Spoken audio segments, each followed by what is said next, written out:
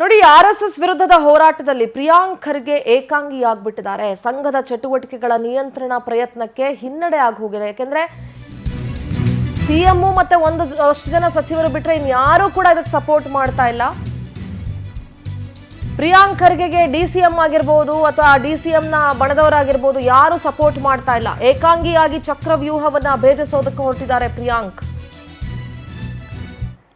ಅವರ ಇಲಾಖೆಯಲ್ಲೇ ಮಾಡೋದಕ್ಕೆ ಬೇಕಾದಷ್ಟು ಕೆಲಸ ಇದೆ. ಅದನ್ನೆಲ್ಲ ಬಿಟ್ಟು ಪ್ರಿಯಾಂಕ್ ಖರ್ಗೆ ಅವ್ರು ಮಾಡ್ತಾ ಇರುವಂತ ಕೆಲಸವನ್ನ ನೋಡಿದ್ರೆ it is so immatured and childish ಅಂತ ಅನ್ಸುತ್ತೆ. ಸೊ DCM ಸೇರಿದಂತೆ ಬೇರೆ ಯಾವ ಸಚಿವರು ಕೂಡ ಅವರ ಬೆಂಬಲಕ್ಕೆ ನಿಲ್ತಾ ಇಲ್ಲ.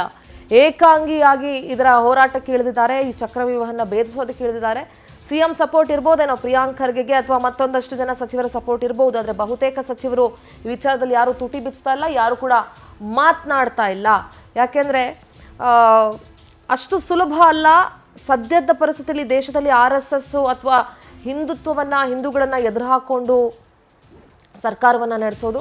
ಸೊ ಹಾಗಾಗಿ ಸಂಘದ ಚಟುವಟಿಕೆಗಳ ನಿಯಂತ್ರಣ ಪ್ರಯತ್ನಕ್ಕೆ ಈಗ ಹಿನ್ನಡೆಯಾಗಿದೆ ಪ್ರಿಯಾಂಕ್ ಖರ್ಗೆ ಅವ್ರಿಗೆ ಅಂತ ಹೇಳ್ಬೋದು.